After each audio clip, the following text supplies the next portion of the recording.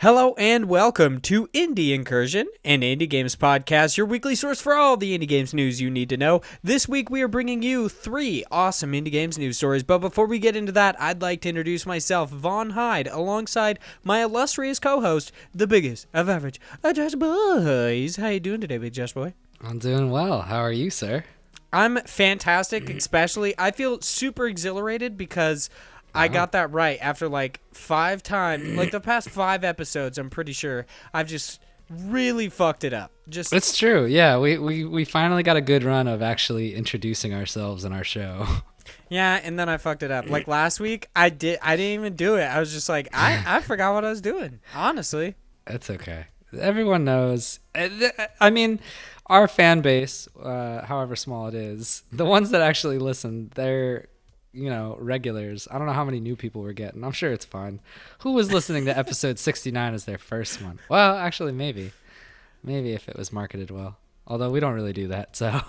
I mean, I guess the nicest part about this podcast is you can listen to literally any episode, and like it's not necessarily like it's not evergreen content, but I feel like the dumb shit we do in between. Oh yeah, for sure. Is somewhat worth it, at least. So at least those parts are evergreen. Maybe I should do like a second podcast feed where I just cut out all the stupid conversations we have, like intermittent.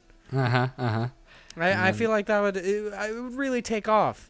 Yeah, we call it Indie Sidecast. That's a good one. Thank you. I'm a name genius. Yeah, just to let you guys all know, we will soon be changing our name. I'm not gonna say what it is. Oh shit! Spoilers, no. But we will soon be changing our name. I was gonna wait. I'm changing my name. I'm gonna be Frank. I have wanted to. Okay, totally a side tangent. Here we go, dude. I mean, here it is, sidecast, bro. Have you ever wanted to change your name? Oh, for sure, dude. I was thinking about this the other day. I had the weirdest thing. So I was a big Digimon fan when I was a kid for some reason. And I was like, my name sucks. Josh is boring. I want to be Ty. And That's a great name, dude. Dude, I remember talking to my dad about that. I kind of want to ask him about that because, like, now looking back, I'm like, fuck, man, that was so dumb. Kids are so stupid. Really? Ty is just such an interesting name. No, At least you didn't want to be like fucking Chad or something. I mean, be a Kyle. What? No. Why am I going to go for these normal ass names? Those aren't normal names. Those are names of douchebags. I mean, that's what those are. I could be a bro. I mean, at least my point is, though, you didn't aspire you didn't look in childlike wonder at the names like Chad and Kyle, and you're like, man, I can't wait to the point in my life when I can just wear snapbacks and be sexually aggressive. Yeah. Yeah. Something like that. I don't know. Why did you ask anyway? Oh, because 1, I'm really trying to convince you to change your name to the biggest of average Josh Boys, if that's not obvious. And not gonna happen. 2, throughout my entire life, I now think my name is actually quite cool. Vaughn is a cool name because not many people have it. But I have grown super annoyed with myself that I never just went by Hyde because it's so cool. Yeah, and you people could have been like Hyde from That 70s Show. Exactly. I could be Hyde from That 70s Show. I don't have cool hair, and I don't really exude, big dick energy. If anything, it's the opposite. But we've been on this a lot. This is like a very, very reoccurring theme with this show. Yeah, people look at me, they're like, man, that's some small penis energy. But wow.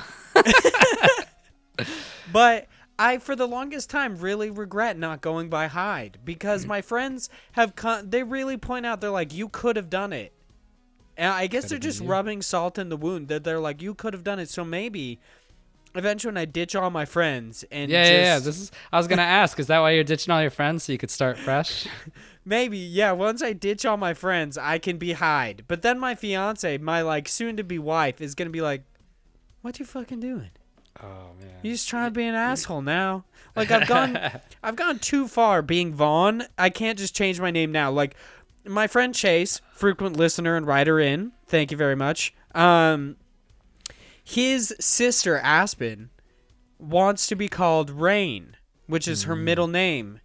And if I tried to go by Hyde, the same thing would happen, which is we all refuse to do it and deliberately call her Aspen, which I do feel bad about, but then I also don't, because that's fucking stupid. It's not okay. That's not true.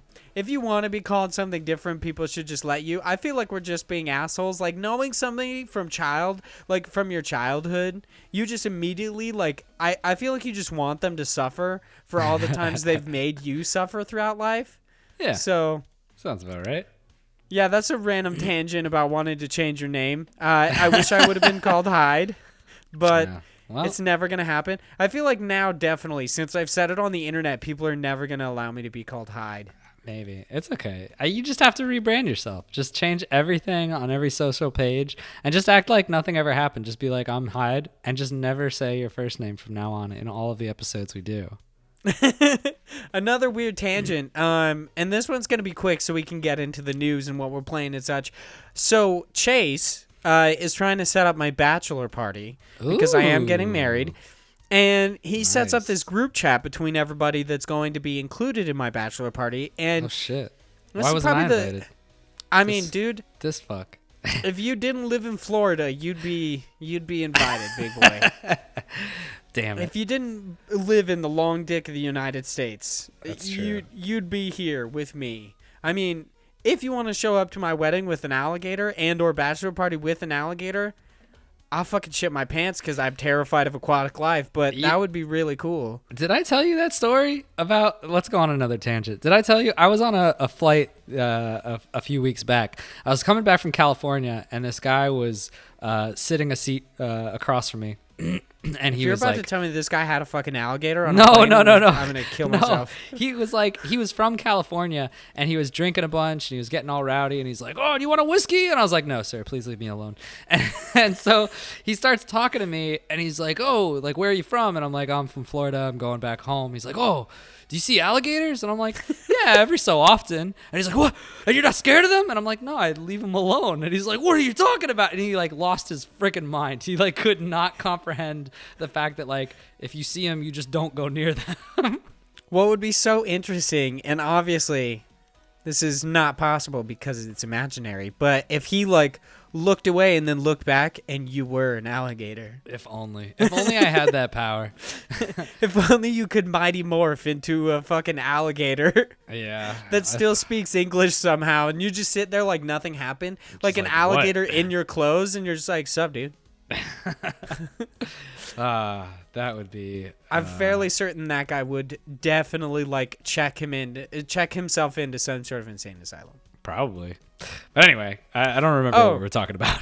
Okay, so Chase is trying to set up this group chat. Probably the only time in his life he's ever tried to be serious, which is interesting.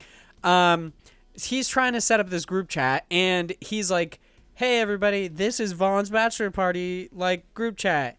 My name is Chase. And I was like, my name is Daniel. And he was like, fuck you. Why did you have to do that? So, yeah, every time somebody, like... And also, a little abridged version of this is, when I was going to college, there was a guy who, like, turned around and asked me what my name was. And I was like, Daniel. And he was like, oh, okay, Daniel, what's up, dude? And I asked, he, like, turned around and he's like, hey, nice to meet you. My name is Kyle, whatever. He kind of looked like a Kyle. And he turns around and says, hey, my name is Kyle. And, like, I shake his hand. I'm like, my name is Daniel. And he's like, nice to meet you, Daniel. And I was like, nice to meet you. Several days later, he called me Daniel again. And I was like, I'm just kidding. My name is Vaughn. And he was paused. So confused. Yeah. And he did not believe me that my name was Vaughn. He was like, why are... Like, he thought then I was trying to mess with him. Mm-hmm. The first time, he was like, Daniel, totally get it. What's up? Because that is a normal name. But then when I tried to tell him my real name, he did not believe me, even though when you log into these computers, it says your fucking name on it. Like, he saw that, and he's like, I still don't believe you. Like, that could be anybody. He didn't believe me until I showed him my driver's license. Damn. I mean, maybe he stole my identity, so maybe I'm the one who got, but... True. Yeah, I had to go that far to show this guy that my name was Vaughn, and I still feel like deep down, he doesn't believe that my name is Vaughn. Wow, what a mystery. Yeah, maybe I tormented this guy. Like, maybe the reason I haven't seen him, because Idaho is a small place and I frequently run into people that I don't want to see. But maybe the reason I've never seen him is because, like the alligator scenario, he checked himself into an insane asylum because he couldn't comprehend that my name was actually Vaughn and not Daniel. Sounds legit to me. Oh, and then also in that same group chat, Avery, one of our other friends, said that he was like gonna get his prostate removed. He couldn't go. Wow. Weird. Yeah. Okay. He took it to a weird place. I was just like, my name is Daniel, and then he posted a weird meme that I don't think anybody understood. It was just a weird picture, and then said he was gonna get his prostate removed. All right. Yeah. Good stuff. That's Chats my are group great. of friends. And my brother said he'd bring the hookers and cocaine. So, Well, now it's a party. yeah, my brother is that kind of guy. So, what games have you been playing this week, Big Josh Boy? Well, from hookers and cocaine to indie games, I guess. What a nice transition. I'm so good at them. I know. If nobody's noticed, pretty much just seamless. Well, I've been playing a couple games. Of course, I've been playing Isaac. We all know that. But Played some Binding of Isaac, yeah. dude, I'm getting so good at that game. Anyway, but actual indie games that people want to hear about. So I tried out Scourgebringer. Scourgebringer is a game from Flying Oak Games, the independent developer. And this game came out, I believe February 6th is the release date, but it's still in early access. And one of the things that's cool that I didn't know Xbox Game Pass did is, like, usually when games are in early access, it's only in Steam, but they actually also had it for their Game Pass for PC. So I was like, oh, that's really cool. I'll try it out. And so I tested it out. It's basically, like an alpha test of this game or a beta test where people are trying it out, giving feedback, whatnot. But it's actually a lot of fun. Super, super difficult. It's essentially a roguelike game where you're this princess warrior, like the strongest warrior of this clan, who this evil, I guess evil race of like aliens are taking over. And so you're the Scourge like defeater or something, I guess, where you're asked from your clan as the strongest person in there to go investigate and destroy them. And so It's pretty ominous. I know it's like really quick with the story of just like being like, you're the strongest, go get him. And it's like, oh, okay, that's weird. And so you just jump into like what appears to be their ship or something like that. And then it's room based, kind of like how you would consider something like Dead Cells, where it's very fast paced, moving from one area to the next. Oh, so not like Mind Seas. Okay, cool. No. So it's very segmented, where you'll go into a room and it'll be very similar to Isaac. It'll be a room that's auto-generated where there's enemies. You have to fight those enemies. Usually each room is a group of enemies that you kill, and then a second wave of them will spawn. And then once you're done, the doors will unlock and you'll be able to go further into the dungeon. And so there's different areas like shops, different areas where you get to upgrade. You have to fight a mini boss and then fight the main boss of the world. And the way it works is each level, that mini boss and the boss are always the same. And the enemies in that level type are always going to be the same, but they basically use a variety of them in different ways and spawn randomly. So you don't really know what you're going to get. There's some amount of like, okay, I know the general gist of what type of enemies I'll see, but the layout of the level is always going to be different. How many maps you have, where the different areas are is always going to be different. The gameplay is super, super quick, super snappy, very like, that's why I compared it to Dead Cells. In their trailer, they actually compare themselves to a mix-up of Dead Cells and Celeste. And the reason why they do that is because it's very heavily based on dodging and attacking like Dead Cells, but also having a mechanic of wall, like clinging to the walls and being able to run up them, and having different dash moves kind of similar to Celeste, where your basic attacks are a light attack, a heavy attack, a dash attack, and then you have a gun where you get to shoot projectiles, and based on how many times you're slashing enemies, you'll get your ammunition back. So it's very quick paced, and there's a lot of like moving around, dodging. There's things that are constantly attacking you. You have to use a heavy attack to stun enemies that can't be killed really quickly. There's different, like I said, those mini bosses and bosses, all with their different styles of how you have to, like patterns and ways that you have to avoid them. This game is super hard, like super hard. I could only get to about the second level and beat the second boss. And then from there, I basically would always die. Oh, that sucks so much because this game looks so fucking cool. So one of the things that's cool about it, though, is as you're playing, it's one of those progression games where as far as you get, based on killing the mini bosses and the bosses, you'll get certain currency that you can then come back, and whenever you die, you get put to this weird like purgatory place where you can jump back to like start a new run over. And before you jump back in, you can go to this tree where you can get different power-ups that will be retained throughout the game. So like max health increased.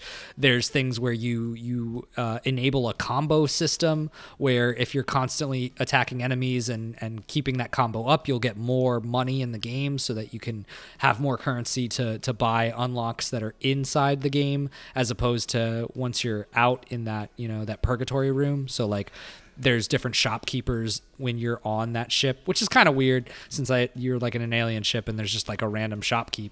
But anyway, so you're going through, it's super fun. Like I really enjoyed it, even though it was one of those games where like I'm probably going to take a break and see kind of where it goes, because it was just like one of those things where I was like, man, I'm getting my ass handed to me.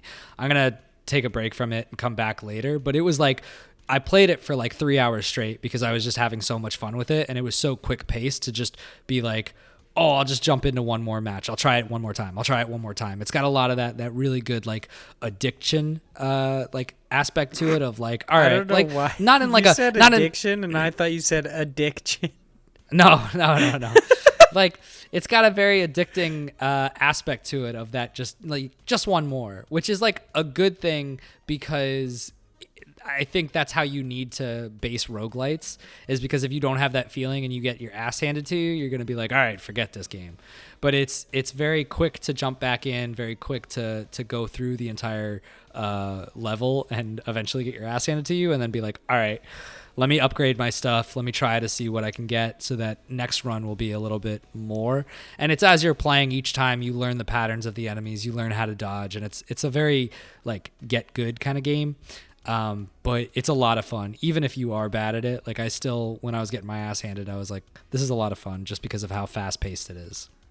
So one, looking at this gameplay, this is what I thought and what I wish that the Messenger was like, how like maneuverable this is, because it does have like, I don't know, this is, like I said, this is what I wish it looked like, because this is so much more maneuverable. You do these combos in midair. You have dashes similar to like, I see where Celeste comes in. A mix between multiple different like weapons and stuff. It just looks so cool. The second thing I wanted to say is, do you know if this is an early access on Xbox Game Pass on the actual console? Oh, that's a good question. I think it's only PC.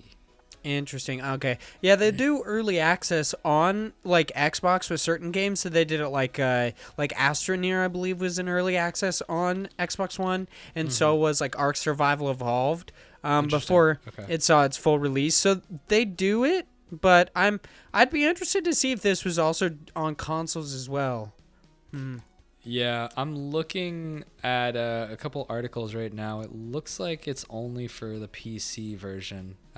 But if I find out differently, I'll let you know. That is pretty cool, though. That that's kind of a benefit to having the PC version. Like from what I've heard from you and like Chris Penwell and stuff with the Xbox Game Pass, is that it seems like The PC version is still great, but it is Yeah. like missing some things that the Xbox has, and that's cool that this is something that's included on the PC version but not on the console.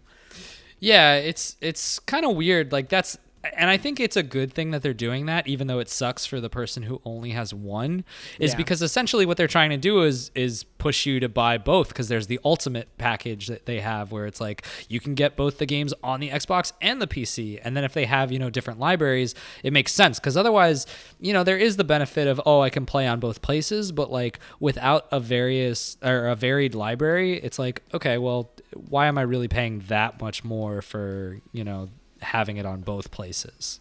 How much is the pay like increase? So how much is it just on PC, and then when you include it with Ultimate? So just for PC is like $5. I think Ultimate is 15 a month, but I think it also Ultimate includes gold, meaning like the online subscription. Yeah, okay. for Xbox. So it's like it's worth it if you have that ecosystem, but for me who only has a PC, like I just want to spend the $5. So I think they did it in a smart way. Because if you're part of that world and you have both, then it does make sense to shell out the 15, because then you get gold, you get I think Xbox has something where they give like free games away, kind of like similar to the PS Plus. Yeah, they do. Yeah, the games with gold. Yeah, so like there's a bunch of benefits to it, but I don't know. Xbox Game Pass is pretty cool for PC anyway. Yeah, I think I'm gonna actually get it on PC, especially for just like $5. It's such a good, value just intrinsically. But then something like Scourgebringer being on there, even though it's in early access, is very, very cool. Kind of makes me excited for what they might have later on. But I'm gonna suck so much dick at this game. Just looking at it, I know that I won't be able to do well. It's a toughie. Yeah, I just went on their website, and it's only for PC. It's not for the actual Xbox console for Game Pass. Well, looks like I'm getting Game Pass on PC. You are also playing a game called Forced? Yeah, so Forced is a really old game. I talked about a game a while back from this developer, BetaDwarf, which was why can't I think of the name right now? Anyway, I'll think of it in a second. I'll look at my Steam library. But the reason why I got into this game, it's from 2013, so like I said, it is old. But it's a really fun game. It's a cooperative 4-person game where it's kind of like action-adventure. It's very similar to, think of like Gauntlet, but where you're going through trials. Each area is kind of like a puzzle with a lot of it, and the main thing is you're like these 4 heroes who are going through these weird like minions through hell, is what it seems like. I can't remember the exact storyline to it, because one of the big things about playing a game with a bunch of people is you hardly pay attention to the actual game itself. But it's really fun in the fact that like people can be really bad at this game. Like it is a pretty tough game to do it with all of the achievements, meaning there's like a time version of it, like you have to beat it in this amount of time, or there's like objectives where you have to do extra things in the level, and each one of those unlocks gems, which then you're able to use to upgrade the characters, and it essentially is broken down into worlds where you have those trials, which are little like levels that you go through, and you fight enemies, you do certain puzzles, and you're doing this all together as 4 different characters. And it's a lot of fun, because it's one of those games where there's a good amount of you need to be on the same page, kind of like you would think of for like an Overcooked, but not as much of a mini game. It's more like if you're not on the same page, you're all gonna die really quick. So you basically have these 4 characters and this kind of powerful being that's basically just a circle, this orb that you can control by each person pressing the computer. For me, it's a space bar. And so when I click space bar, the orb will go towards me where I'm standing currently. And anyone at any time can press the space bar and the orb will go and bounce back to them. So people can effectively screw each other up and you have to be precise about where that orb is going because you have to have it go through certain objects or through certain enemies to affect them. And if you don't do it in the right pattern, in the right, angle, it'll screw everything up and you'll have to then move your characters around. And there's a lot of like yelling and screaming because people are doing the wrong thing or they're in the wrong area. And it's like one of those very hectic kind of fun games. I really enjoy it because it's basically just me and the 3 other people who I always play games with. And this has been one of those games for the longest time where we played it and then we got like a third of the way through the game and then just stopped. And it was like one of those running jokes where one of our friends kept saying like, hey, why don't we play Forest? And we were like, nah, we're never going to play that again. And so finally, I forget what happened, but finally he ended up just being like, no, we're playing this damn game. All right. And so we're like, okay. And we went through it. We had to start the game totally over from scratch and go through all of it. But it's a lot of fun. Like, I don't know why we ever dropped it because it's one of those games where you find out that certain people are not as coordinated as you thought they would be in games, and you're like, "Oh my god, what are you doing?" So it's a lot of fun. It's a good time. So just for my own edification, and maybe if there are some dumb people listening like myself, are you guys playing the Forced Slightly Better Edition or Forced Showdown? So we're playing. Actually, it's a slightly better edition. Excuse me. Oh, okay, because Forced Showdown does have deck building mechanics. So there's Forced. So Forced is the game where this originally started, and then they also have Minion Masters, which we talked about before. That was the game that I couldn't think of. And Minion Masters is basically using that same world and the same characters from Forced, but instead it's that card-based mechanic of having 2 people that you play cards at a certain time based on having waves of enemies go crashing into each other and trying to basically destroy each other's forts. We've talked about this before. I'm not sure about Forced Showdown. I don't think I've seen that one. It seems like it has similar gameplay to Forced, with the exception of like the deck building is seemingly like power-ups. Okay. Yeah, no, I haven't seen this one. This is interesting. I'll have to take a look because this might be something that some of my friends are into. But the developer BetaDwarf behind both Forced and Minion Masters, I think they do really good work, so I'm sure it's a good game. It's got 9 out of 10 on Steam for this Forced Showdown anyway. They're a really good developer. I definitely have a lot of faith in the stuff that they produce. Yeah, the game looks kind of cool, and the story behind it is seemingly that you are slaves in the world's best gladiator school. There you go. See, I probably should have done my due diligence, but I didn't because I just kind of forgot. And like I said, this is one of those games where I'm not really paying. Like, I don't care about the story. Like the point of this game for me anyway is just the hecticness and playing with my friends. It's one of those things where like a game needs an obvious story, and it's probably an interesting story to boot, but it's just one of those things where, especially if I'm playing with this group of friends, a lot of the times we're just gonna ramble and make stupid comments and just be goofy as fuck, and like a lot of the time the story gets kind of washed out from that. Yeah, I feel like in most co-op games, like once you introduce other people, there's almost 0% chance that anybody's actually listening to this story. It's hard. Yeah, it's hard to do that because like you think about like this was one of the biggest things with Fallout 76, why I thought this was such a cool mechanic, but why I didn't think it was going to work very well is because like you have one friend who wants to listen to all of the audio tapes, like listen to the entire story, soak it all in, and then you have those other group of friends who are like, "Nah, come on, let's kill some ghouls. Like I don't care about that. Like let's do this. Let's have a good time." And it's such a struggle to be torn between those two parts because you're constantly starting and stopping. So like having an in-depth storyline to a game that's kind of like quirky in this way doesn't make as much sense. You can obviously be into it and enjoy it, but like you have to have the right friend group for that to want to actually take that time and be like, oh, let's actually pay attention to the story, Yeah, my friends are definitely not those. I'll be telling them, like, playing Destiny. I'll be telling them about freaking literally anything. And they're like, can you just shut the fuck up? Can we just shoot some bad guys? Yeah, I'm like, oh yeah, that guy, he's fucking dead. He was scourged by a golden gun. And they're just like, I don't care.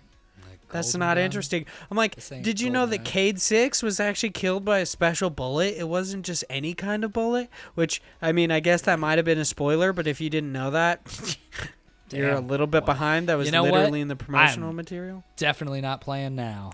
I know, right? It totally just ruined your life. Speaking of playing, for me, I'm playing Florence. This is a game that actually came out on, I believe, iOS. I don't know if it actually came to Android, but it was on iOS last year. Yeah, it came to Android because I played it, so it must have came to Android. Oh, well, there you go. Yeah, I didn't know that you ended up actually playing it. Yeah, I remember both of us talking about, like, I said I was going to play it. It might have actually just been me, but I said I was going to play it when it came to consoles. It has since come to, I believe, just the Nintendo Switch and PC.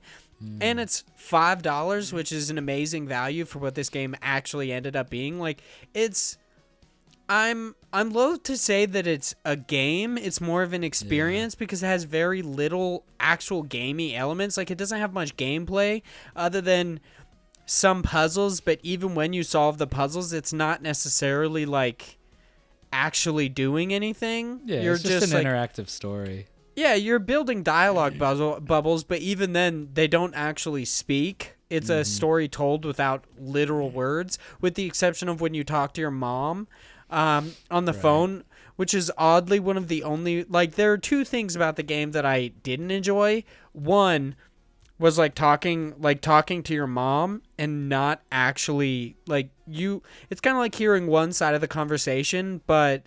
I just wanted to know what her mom was saying because the actual answers were kind of douchey at times. Like, there's an achievement, like in the Steam achievements, to just hang up on your mom 5 times. And I'm like, okay, that's a dick move. Okay. I don't know why you do that, but I really, really enjoy Florence. Anybody who is on the fence about it, I would absolutely recommend it. It is developed by Mountains, by the way. I forgot to say that. For my notes, I've got that the gameplay, I believe, transfers pretty well to mouse and keyboard. Because I don't know why I say keyboard. It's just the mouse. Because on the phone, you would literally just be using touch controls. It does get a little bit annoying with, the actual tracking, kind of the ball tracking of your mouse, where you have to go all the way to one side, and then you try to get it all the way over, but maybe you didn't do it far enough, so then it snaps back to the other side of the screen. That can be somewhat annoying, but it's not something that happens that often. I do like the really subtle storytelling. I did write that down before I realized that there was literally no, actual dialogue in the game or words for the most part. But the reason I say subtle storytelling is because I like that instead of you really showing you, or I guess instead of telling you that Florence, the character, has drifted apart from her childhood friends, instead you see, you play through this little segment of it's a picture with a clock next to it, and you slowly move the clock's hand around, and as you do, it shows the passage of time, and your friends, slowly start to branch away from you in this picture as you get older and older and start doing other things until Florence is alone. I think that's really, really cool. The soundtrack is absolutely amazing. After I played this game, I immediately went to Spotify and added almost all the songs to my playlists. Wow. Really digging it. Yeah, I do have to say that it's not that I don't like them. I'm just never in the mood for a really depressing song, so I kind of just check out all the depressing songs. I don't want to listen to those ones, but the rest of them, man, I'm going to say it right now, those are bangers. Oh, I love when you say it. I did like that at times the easier the conversation seems to be within the moment for Florence and Krish, who is actually her romance, her love interest. Basically, the two people that are important in this game are Florence and Krish, which is kind of cool. The easier those conversations get between the two of them, on their first date, the puzzles are 3 pieces, and that would be the introduction of the conversation, kind of you telling one another about one another, of course. then it gets much easier the further they go in the date, and you see that these two are kind of like they're starting to meld. They're flowing really well. I like that a lot. During arguments, when it starts to kind of fall apart, I like that the puzzles are much harder, and it becomes kind of a competition, because that is, in the end, what arguments are about, is kind of a competition about who's right and who's wrong. Right. And I like that comes through in gameplay instead of, I don't know, just telling you right out. That's kind of the best part about this game, is it's a show, not tell. Like, everything is shown to you through either gameplay or the actual, like, pictures that are on there. It doesn't tell you anything. Right. Which I guess is the exact opposite of my complaint about not knowing what her mom is saying.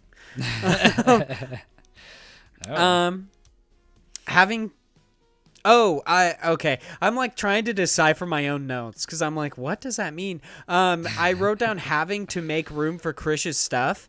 That is something that you do when you move in with somebody, is you actually have to, like, you not only do you have to make room in, like, your livable space, but you have to make room in your life for this other person. And I think that's something that most people who don't really, like, they aren't in relationships all that often don't really notice, is that when they move in with you, yes, you have to move, like, you literally have to move a lot of your stuff around so that their stuff can fit in your limited, like, confined space. But you also have to move you have to make time for them. You have to move your life around, in a sense, which isn't necessarily a bad thing, but it does sound like one. You have to kind of change some things to be in a relationship, which I thought was really cool. I like the use of warm colors to depict happiness, because in the beginning of the game, it's all these, like, dark grays, and it's really kind of just, like, boring. You see that Florence is not at all happy with her life, it doesn't seem. She's, like, this accountant, which later on is kind of elaborated, where, like, she's much more of an artsy person, and she loves to do art, which you see through, like, her childhood stuff, but then her mom makes her do her homework, which is math homework. And she doesn't like that, which is, yeah, exactly, which is an exact contrast. So, like, when she's enjoying everything, it's these bright colors and it's this fast-paced music. But then when it turns to, like, her doing her homework, all of the color kind of drains from the scene and it becomes just these grays and blacks. I think that's really cool, and it's reflected in her adult life when she's an accountant, seemingly, or, like, maybe works in data entry.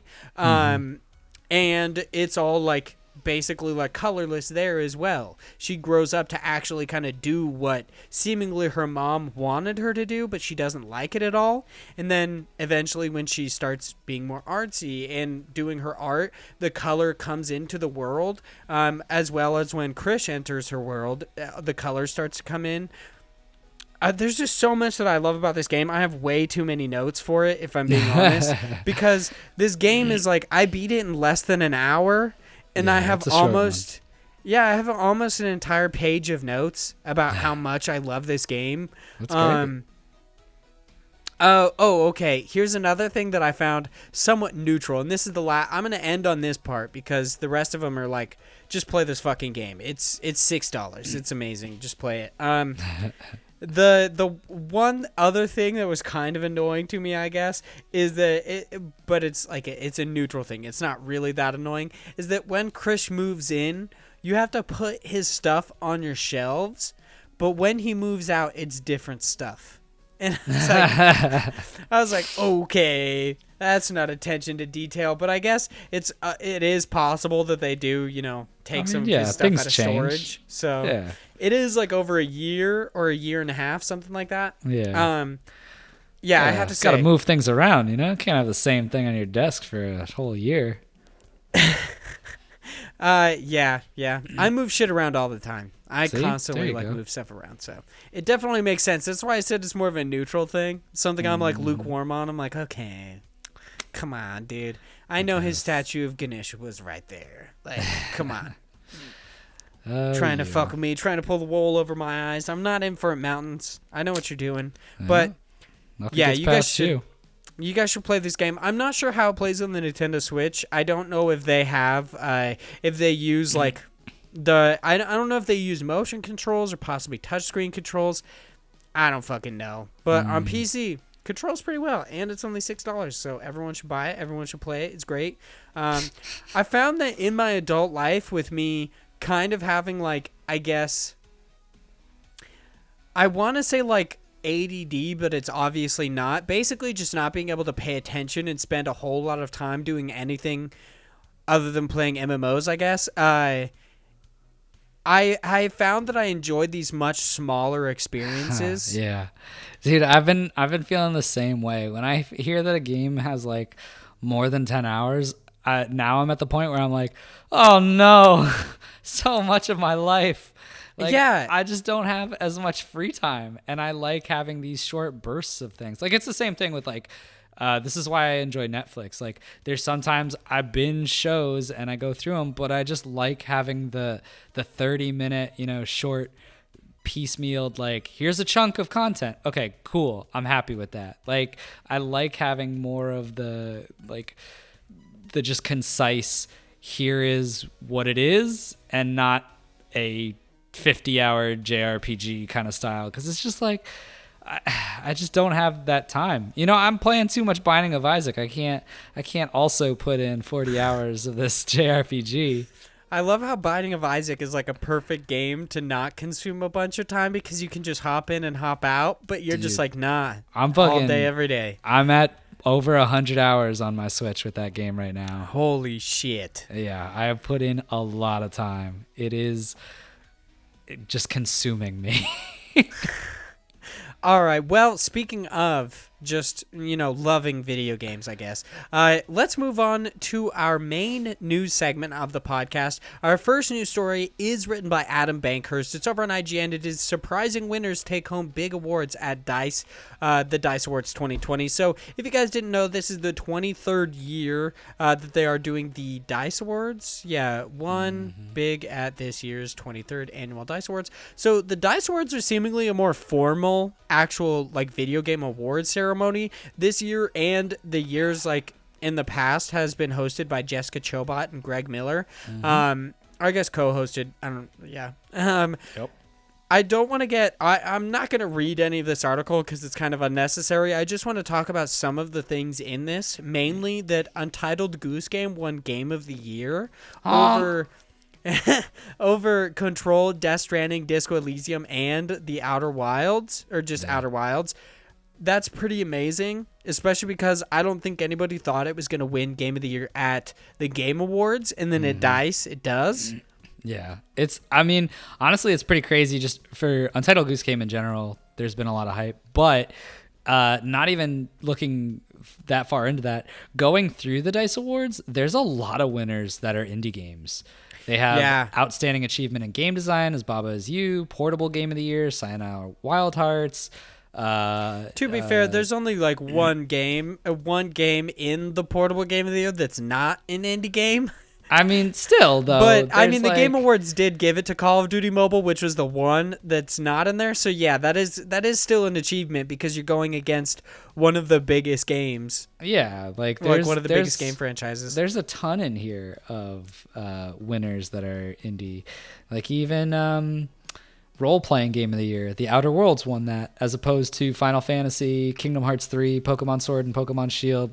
It's going up against a lot of heavy hitters, and there's still a good amount of indies that are getting, noticed and recognized for good achievements in many different areas of video games. Okay, I'm gonna ask you a question. I know you're gonna disagree with me on this, but I'm still gonna ask it. Do you find this condescending when it's outstanding achievement for an indie game? Outstanding achievement for an independent game? It's like, dude, what Untitled Goose Game did is an outstanding achievement for any game, let alone an indie game. It's it's kind of funny that it won both, though. Yeah. What a weird... it is strange that they still have this category, especially when they're putting indie games in the... it would have made more sense if Game of the Year had no indies in it. And then it was okay, outstanding achievement for independent games. And then they had their own section. But if you're also going to include indie games in Game of the Year, then what is the point of having its own area? Yeah, that is kind of my point, that I don't want it to have its own area because I find it somewhat condescending. I just think it's so weird that it's yeah, this is an outstanding achievement for an indie game. Yeah, It's like, and okay. and I get the understanding, Really? like the reasoning behind this is because like you think about this year, like 2020, we're gonna have things like Cyberpunk, we're gonna have the new Doom, we're gonna have a lot of heavy hitters as opposed to 2019. So it makes sense because in 2020, it's probably unlikely that an indie game is gonna win Game of the Year, and it's probably gonna be Cross more. my fingers. Hollow Knight Silksong. What's up? Beat I mean, out Last of Us 2. I don't fucking think so, but yeah, okay. I mean, granted, like I'm sure Silk Song is gonna be amazing if it does come out in 2020, though. But like, I'm pretty sure 2020 is not gonna be the year for independence. Like, it's not. Like, there's a lot of AAA titles that are coming out that are highly anticipated, so it makes sense during those years. But like on a excuse me, on a year that's more like level playing fields, I definitely think it's weird having that award. But you can't really make that distinction because they can't just be like, well, this year was good for indies, so why have that award? Yeah. I mean, of course, me hating that is kind of a double-edged sword because in years like this, like you brought up, it's possible that without that award, like without just the category about indie games, the indie games won't be brought up. So Exactly. Yeah. Yeah. So it's tough. it definitely, I just hate it. I hate it so much. But speaking of hating it, let's move on to our next news story. Sorry, these are going to go pretty quick because there's, like, of course, the DICE Awards one. I feel like it's pretty, like, we don't have to go through every award. Just give a nod to kind of the indie games that are in it, of course, because we are an indie games podcast. And then we have, not this story, but the next one, we are not going to get super deep into because there's an excessive amount in that. So I don't want to spend, 2 hours talking about it. But this story right now is also on IGN. It is written by Tom Marks, and it is Stardew Valley developer shares first details on 2 new games. Stardew Valley developer Eric Concerned Ape Barone has revealed he is working on 2 new games, but says don't get hyped, as they could be a long way from being released. Originally tweeting that he is working on 1 non-farming game set in the world of Stardew Valley and another game that will also tie into the universe in some way. Barone shared more in-depth details about the project with IGN over email, and this is a quote, "I'm purposely staying very vague about my new projects." Holy shit, I'm going to cough. I've been like slowly choking on my spit for like 5 minutes. Delicious. Purposely vague about my projects because I don't want to create a bunch of hype yet, Barone first explained.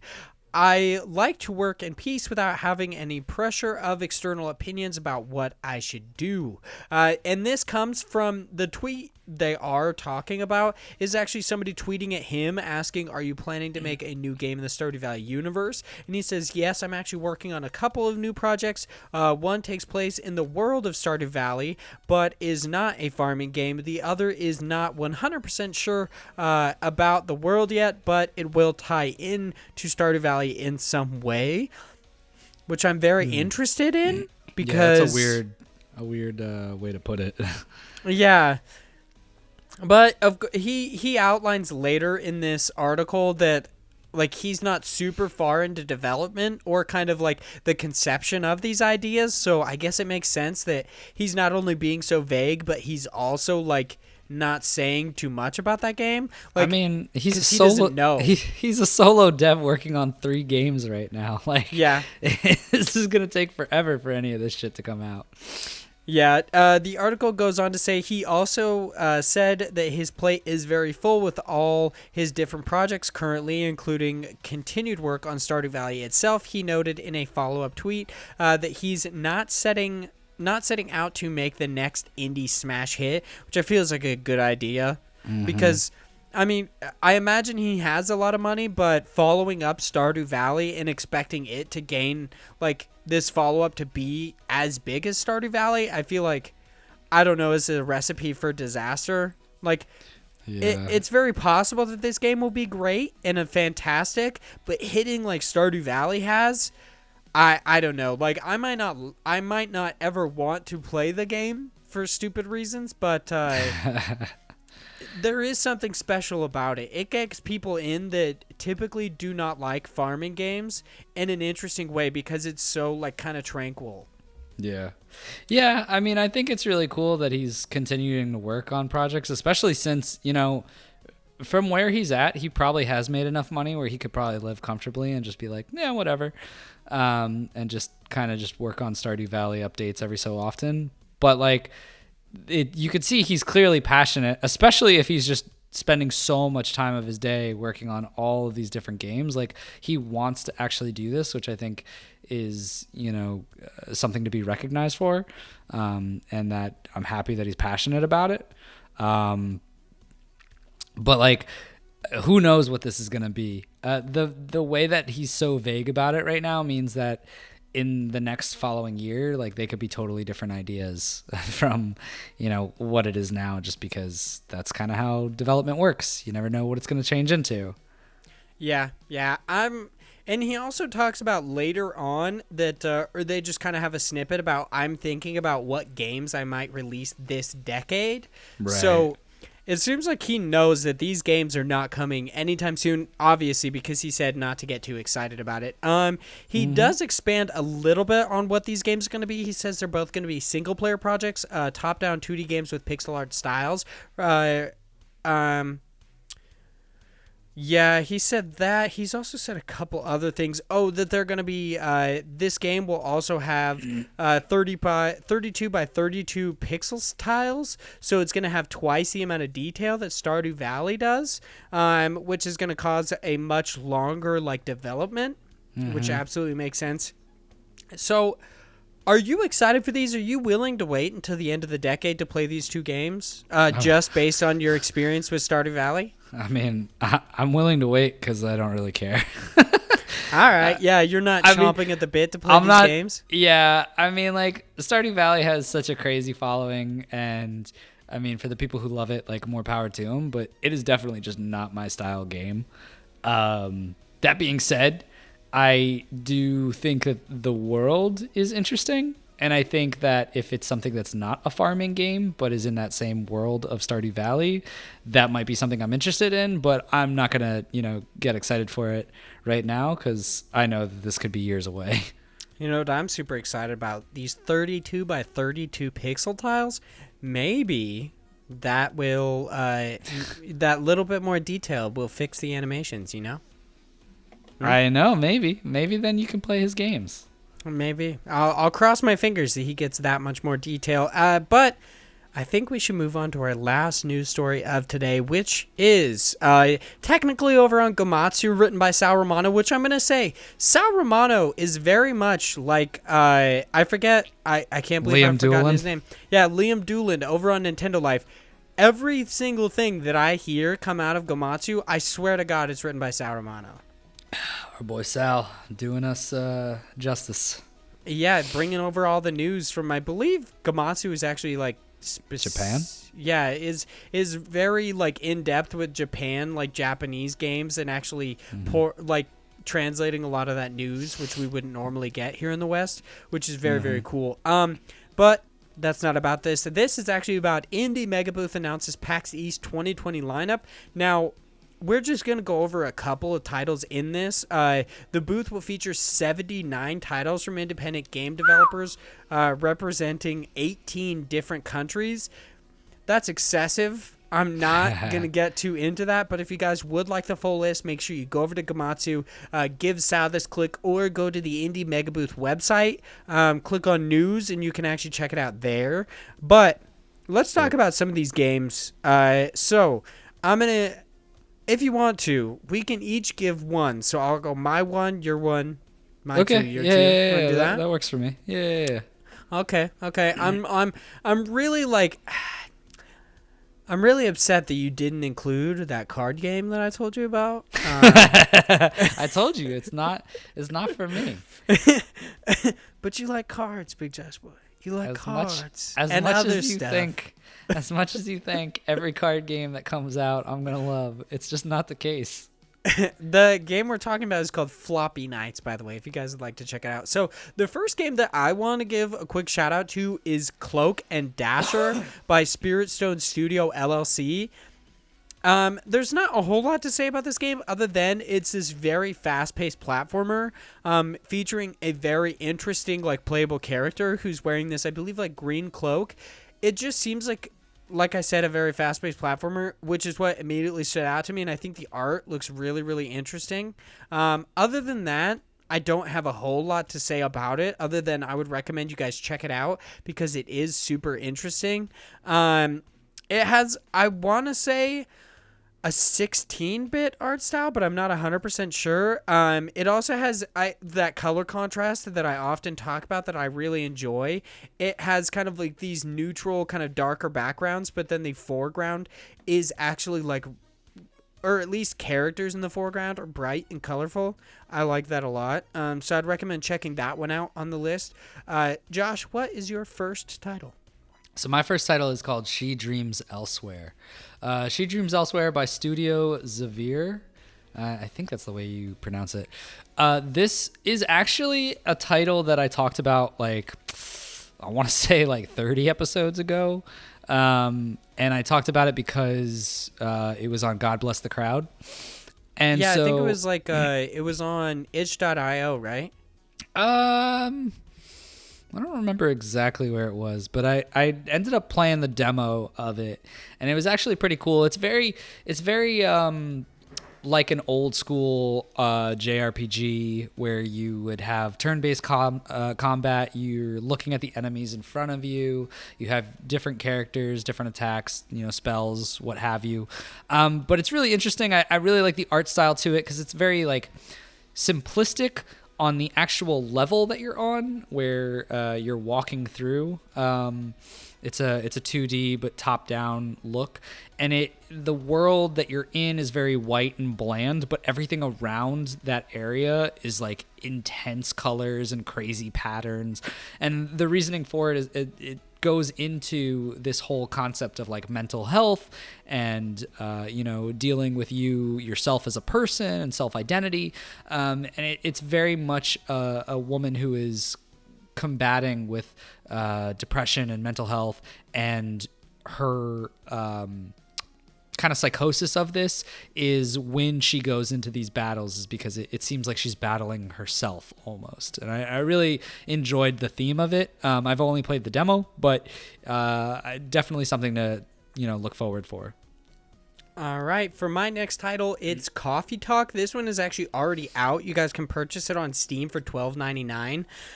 It's very interesting. Apparently, it's very similar to Valhalla, which was probably one of the most annoying names to actually say when you see it written out because it's a bunch of ones and shit. This Coffee Talk is, and this is their Steam description, a coffee brewing and heart-to-heart talking simulator about listening to fantasy-inspired modern problems, or people's problems, and helping them by serving up a warm drink or two. This game looks really interesting. I've heard good things about it. I want to check it out really badly, but it is something that I know that I'm going to not... Like, I think I'll like it, but I don't think I'll really, really love it. So I think I'm going to wait for a sale, just because I'm on that budget now that I've set myself to, which, by the way, I've saved an excessive amount of money that it kind of makes me depressed that I was spending that much money on video games and stupid shit. Yeah. It's pretty crazy what we do when we actually don't spend our money. I know, right?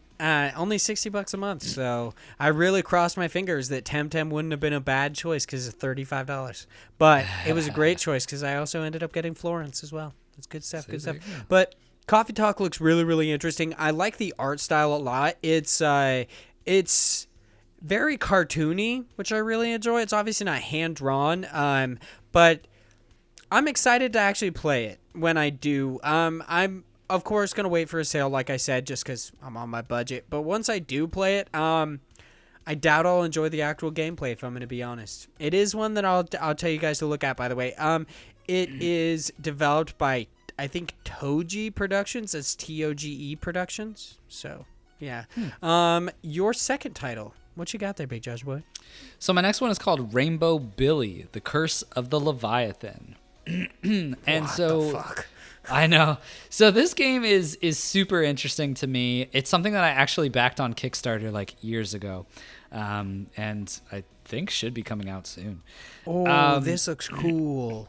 So Rainbow Billy, actually, what's funny is the art style to it I don't like, because they originally started very similar to what art you would see in Cuphead.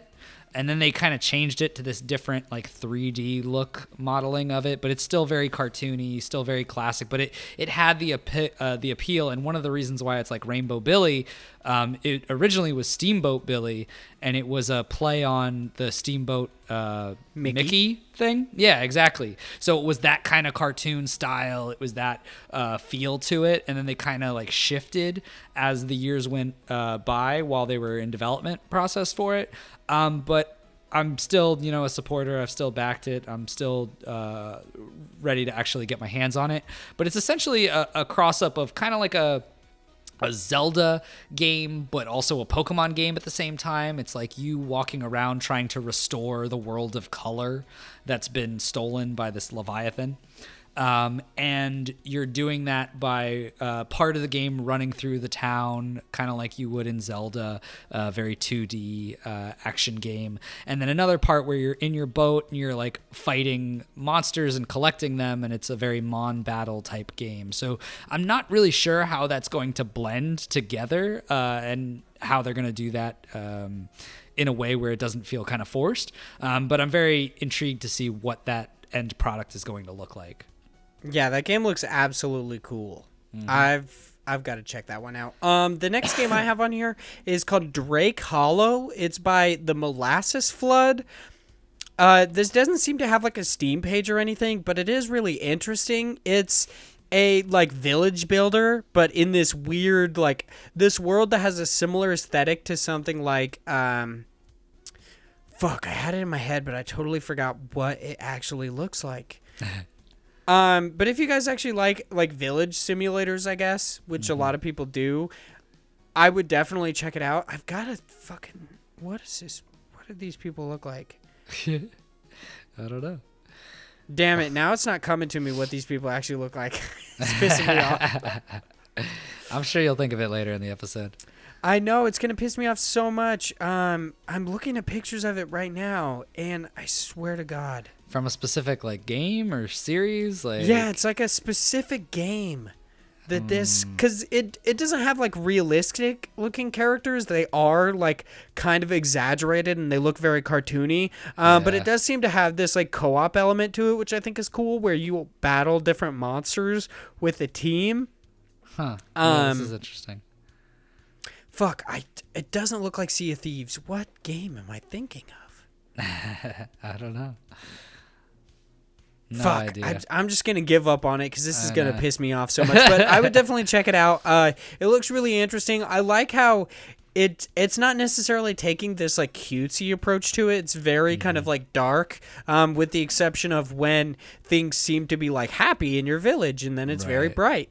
Once again, contrast. I like that a lot. But what is your next game, Big Josh boy? So my next one is Mon Cage. I've talked about this on the podcast before. I'm a really big... Oh, fuck. I just remembered it. I'm so sorry. I gotta interrupt you. It looks like, I believe it's Gods and Monsters, the trailer that they put out, Ubisoft did. It looks like that. Okay. Interesting. Anyway, so my third pick is Mon Cage. This game looks super cool. I've always, and I've talked about this on the podcast before, been a big proponent of like illusion games or games that are kind of trippy and play with weird just perspectives. I talked about this in one of the most recent games I played a couple episodes back, which was Superliminal. Games like Antichamber. There's a lot of really cool ones out there that really just mess with kind of your head and with perspectives and creating a unique puzzle game. This one is essentially you're looking at a cube, and from different angles of the cube, there's different like scenarios or different pictures or scenes. So you're looking at one and it's like a toy box that opens up, but on the other side, it's a factory. And then what you do is you twist the cube so that you're looking at part of the chest and part of the factory, and you're seeing different items from those scenes that like match up. And when you match those items using that weird perspective or that angle of the cube, it will then change the scene in one of those windows that will progress through the story. So it's like really weird of just using perspectives and using different pictures of trying to find like little hidden images in everything. And I think it's really cool. I don't know how it's going to be like a full-fledged game, so to speak, but I think just from the actual test demo that they have up on here, the video of playing around with it, I think it's a really cool experience, and I'd love to get my hands on it. Yeah, this shit looks trippy as hell. I'm looking at it, and it kind of reminds me of like how there's a new indie like platforming kind of puzzle game coming out. I don't know if it came out already or it's coming out this month. I should have it actually. I don't know. I believe it actually is coming out this month, or it already did. It doesn't really matter, but it's called The Pedestrian. It's basically like how on bathroom signs they have like that kind of like character of a man and a woman kind of a thing. It's one of those like stick figure people, but going through different platforming puzzles, and you have to connect signs in environments kind of a thing. So it's not necessarily like a perspective puzzle, but the way that this kind of deals with perspective reminds me of it. Okay, cool. This shit looks cool though. I'm gonna have to check out Monocage. I know I'll hate it because I'm just not smart enough, but it does look really interesting. I'm more of a cutesy game fan. That's why my next pick off there is actually Garden Story. This is a farming sim / seemingly like at times it kind of looks like an action RPG. It is of course pixel art because I am a pixel whore. It's really nice like 16-bit pixel art. It's an isometric game, so it actually has like a similar overlook to Stardew Valley. Where they do the top-down view. This is in a world of like these anthropomorphic like animals, like frogs, and as well as different like berries and stuff, which is actually kind of interesting because it, I guess, really makes you think about your food. My fiance often like brings up that apparently some pseudoscientist said that that like fruits and vegetables actually scream when you eat them. Right. But we can't hear it, and I'm like, that's terrifying. So it makes me really want to play this game, I guess. I don't care much about the like farming sim aspects of it. I just really like the art style. I think it looks very, very cute and very beautiful. It's very detailed. So far I haven't seen too many animations, so I don't know if that's going to ruin my time. But this game just seems to have a lot of character from what I've seen. So I definitely recommend people check it out. What is your next game, Big Josh Boy? Number 4. Oh, sorry. I did want to interrupt one more time. That is by Picogram. It's Picogram. Good call. My fourth game that I checked out that I thought was really interesting is called The Iron Oath. This is by Curious Panda Games, which, first off, what a great developer name. But it is a turn-based tactical RPG with medieval fantasy settings. So it reminds me a lot of, if you are familiar with Behemoth Games, I think it's called Pit People, which is one of their most recent games where it's like a very tactical-based grid-based game where you have your characters who can go in certain areas and move a certain range, and they're attacking other units that are around. So similar to something like Fire Emblem or a Advanced Wars type tactics-based game. But what's interesting is there's that aspect to it of the the combat, but then there seems to be this story element of walking around, and there seems to be very kind of like ailments and effects that will be part of your characters, similar to Darkest Dungeon. There's a scene where they're sitting around a fire, just like in Darkest Dungeon, and they're kind of talking about something that's they're suffering from and things like that. So I think there's going to be, not just the tactics-based part of the game, but actually walking through story-based, dealing with the issues of your party members and going through with them. So that kind of relationship or secondary part to the game actually interests me. This I think just from a combat style isn't usually my favorite, but I think it's done in a way that seems at least exciting for me. I don't know why, like what's different really. I guess it just seems more small scale, because that's one of the things with tactics games that I'm usually not as crazy about, is because it's often just so much for each one of those, levels where you're like, oh, okay, here goes an hour of my time into this one section, where I'd rather just have small battles. It's kind of why I really enjoyed something like Divinity Original Sin 2, is you're moving from place to place and then you have a battle and it's like a small section. And even though those battles took a while, it was like you have, you're facing a couple of enemies, you battle, you finish it, and then you're good to go. And then you go to the next one, kind of a thing. I think it's interesting. One of the things they say in the description is taking on various contracts while building your renown across an ever-changing world. So I'm kind of looking to that to see how much they play into that ever-changing, if it's something where your actions are gonna actually affect the world. Just seems like something that something to keep your eye on. Yeah, it looks very cool. Reminds me a lot of Banner Saga. I guess at least the like gameplay reminds me a lot of Banner Saga, not really the art style. Right. My last game is A Fold Apart. It's a like romantic puzzle game about long distance relationships. I honestly just really like this game. The art style is kind of interesting. I don't know why, but it actually kind of reminds me of the movie Inside. Yeah. Just because it has these like bright colors and the people are kind of like colored in a certain way. Yeah. But I honestly just really enjoy like romantic stories in video games. I don't know, romance is depicted so weird in video games. It's often just like, this is something that's brought up a lot on the podcast Normandy FM. But it's less about romance and it's often about just checking a box in video games. Right. And that's what makes games like A Fold Apart or Florence to me that's so interesting. And makes you want to play them so badly, even though I'm pretty bad at puzzles. So I would definitely check out A Fold Apart. Its art style is really, really cool. That alone. And I imagine the story is going to be great if you're a romantic, I guess. Yeah. So what is your last game, Big Josh Boy, before we hop into News Cram? Yeah. One quick thing about that. A Fold Apart was actually a game that I was really, really excited for last year. I think when it came out, I tried to get it on terminals, and they denied me. Really? So I was super sad about that. They only had a limited copy, and I don't know. I'm not much of like a influencer. So, but anyway, so just to put that out there, I think it is something that people should definitely take a look at. My last one is Rising Hell. And so this is a game that's already out on Steam Early Access. It looks super interesting, very fast paced. It's basically you constantly climbing up this, what seems to be a procedurally generated, because it's ever changing hell, they say. I don't know if that's true, because I haven't actually played it or looked too much into it other than the trailer and a few tidbits on it. But you're essentially constantly going up a tower from hell.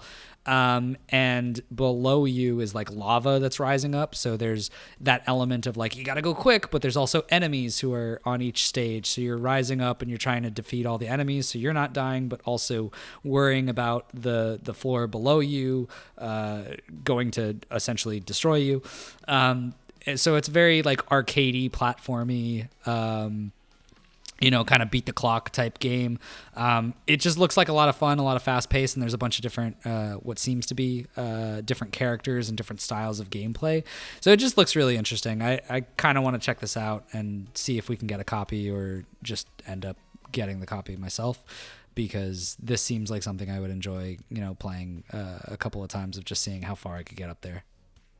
Yeah, this does look really interesting. I like the art style a lot. So now that we are done with our main news stories, we're going to take a break, and when we come back, we're going to hop into News Cram. Cram. All right, now that we're back, let's hop into News Cram. News Cram is our weekly wrap-up segment where we, the hosts of Indie Incursion, an indie games podcast, cram you full of all sorts of amazing indie games news. This week in News Cram, we have one quick news story. No quick deals and such. New deals and quick steals is actually what that is part's called, because I always forget.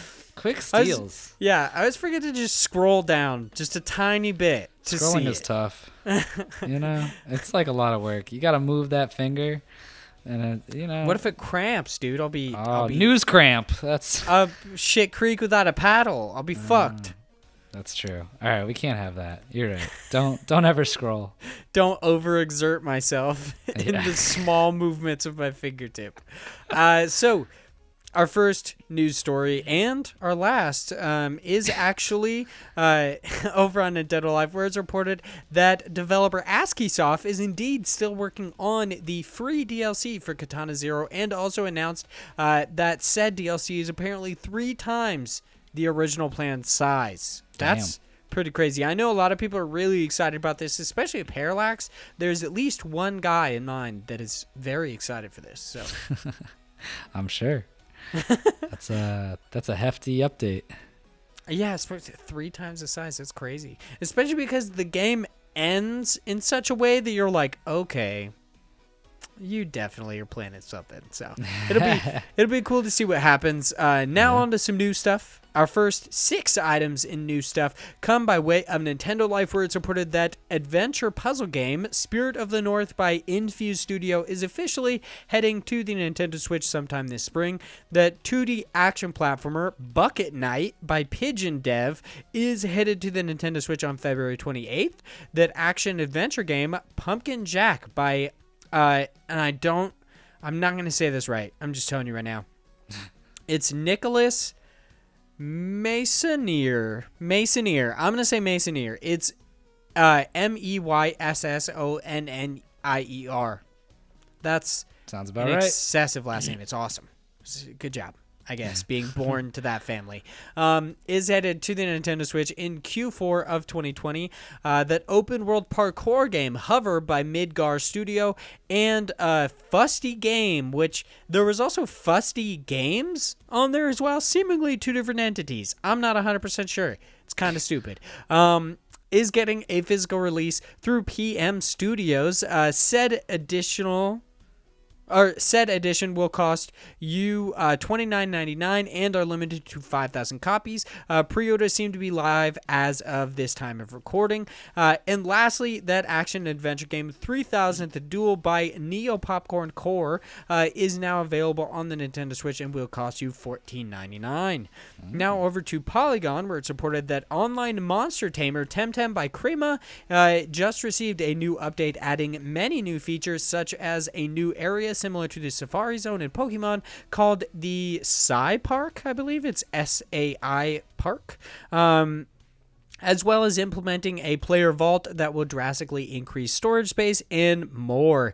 Now over to Twinfinite, where it's reported that open universe exploration game No Man's Sky by Hello Games has just received an experimental update on PC that includes many new oddities, such as seemingly biological ships that are supposedly not listed in the patch notes. This has since been actually announced that this is a full update that includes things like biological ships, but also so many other things. We might expand a little bit more on this next week, but if you guys are No Man's Sky fans, this is pretty dope. Biological ships are so cool, but they look so gross at the same time, especially since they announced that there's tentacle cockpits, and you can you can go both third person and first person in your cockpit in No Man's Sky, so that's gross. Sounds like my Saturday night. Ew. Oh, yeah. I'm into those tentacles. Right in the cockpit. That's what I always say. Oh, shit. I like how up until that moment, somebody could say that you just like calamari, but then we just got to take it that extra little bit where you're like, nah, it's an innuendo, you idiot. You idiot. I do like calamari, though. It's pretty good. Really? It freaks me out that sometimes it still moves. Oh, it's okay. That's nah, dude. A little Not move, a fan. little rumbly in the tumbly, It's fine. Ew. And the physics-based puzzle game World of Goo by 2D Boy is getting a physical release on Nintendo Switch through Super Rare Games. Luckily, we're being treated to not only a standard edition, but a Steelbook edition as well. Both are available for pre-order starting February 20th, yet you have to act fast because sadly the supply is limited to a mere 6,000 copies. Now, I couldn't see if that means that there's only like 3,000 each, or maybe there's 6,000 of both. So that's something to keep in mind. But if you guys want World of Goo physically in a standard or Steelbook edition, make sure to head over to Super Rare Games website on February 20th to get that one. And to round out the group over on GameSpot, it's reported that action rhythm game Sayonara Wild Hearts by Simogo, maybe Simogo, is headed to Xbox One on February 25th. That co-op puzzle game Ib and Ob by Sparpweed and Cube Glue is headed to the Nintendo Switch on March 5th because I just died. That was a weird one. And lastly, the fast-paced action game Bloodroots by Paper Cult will release on PlayStation 4, Nintendo Switch, Xbox One, and PC on February 28th. That's a lot. There's a lot in there. So, Big Josh Boy, we've been blessed with so many amazing indie games news stories that I think it's about time we give back to the creators in God Bless the Crowd. This is where the biggest of average Josh Boys hops into all sorts of crowdfunding sites, finds an indie game, and we talk about it. This week we've got Lazr, a cyberpunk cloth former, which is such a weird way to say that, I guess. Lazr is a unique, skill-based, physics-enhanced 2D platformer with cloth simulations in a cyberpunk world, coming to PC, Switch, and more. They are looking for $10,000. That's their goal. They have $8,931 currently at the time of this recording, with 309 backers and 4 days left to go. So by the time this comes out, if you guys are interested in this game, make sure to go and back it because it will only have like 2 days. This is a cry for help.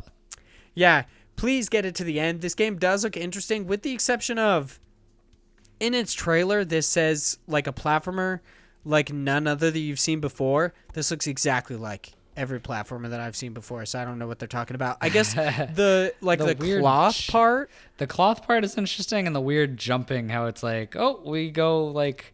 It's like weird physics based on when you're jumping through that like rain that like pushes you up.